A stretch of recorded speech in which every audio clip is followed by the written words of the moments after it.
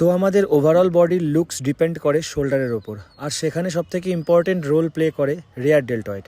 তো আজকে আমি একটা ছোট্ট ভ্লগের মাধ্যমে তোমাদের সাথে শেয়ার করছি আমার ফেভারিট কিছু ওয়ার্কআউট, যেগুলো আমি আমার রেয়ার ডেল্টয়েডকে ডেভেলপ করার জন্য করে থাকি।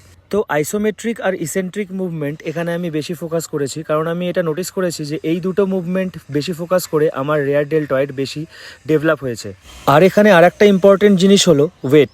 আমি সবসময় রেয়ার ডেল্টয়েড মডারেট ওয়েটের সাথে করা পছন্দ করি, কারণ সেটা আমি খুব ভালোভাবে মাসেলকে আমি কন্ট্র্যাক্ট করতে পারি, আমার মাইন্ড মাসেল কানেকশন খুব ভালো থাকে। এবং এই ওয়ার্কআউটগুলো তোমরাও ট্রাই করতে পারো। এবং সবথেকে ইম্পর্টেন্ট এখানটায় আপরাইট রো। আমি আপরাইট রো সবসময় হাফ রেঞ্জ অফ মোশনে করি, কারণ আমার মাসেলকে আমি কোনো সময় রিল্যাক্স পজিশনে যেতে দিই না। এরপর আমি করেছিলাম বাইসেপস। তো বাইসেপসের আমার খুব ফেভারিট একটা ওয়ার্কআউট স্পাইডার কার্ল। তো এটা করার সময় একটা ইম্পর্টেন্ট জিনিস হচ্ছে ওয়েটটাকে নিচের দিকে নেওয়ার সময় বাইসেপকে কতটা তোমরা স্ট্রেচ করছো। এখানে স্পাইডার কার্ল করার সময় সব সময় ফুল স্ট্রেচ করতে হয় বাইসেপকে।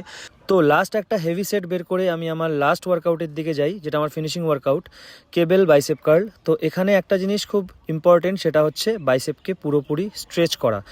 তো আশা করছি ভিডিওটা দেখার পর তোমরা কমেন্ট করে জানাবে ভিডিওটা তোমাদের কেমন লাগলো। আর ওয়ার্কআউটের শেষে এই ছিল আমার বাইসেপের কন্ডিশন। তো চলো দেখা হচ্ছে নেক্সট ব্লগে।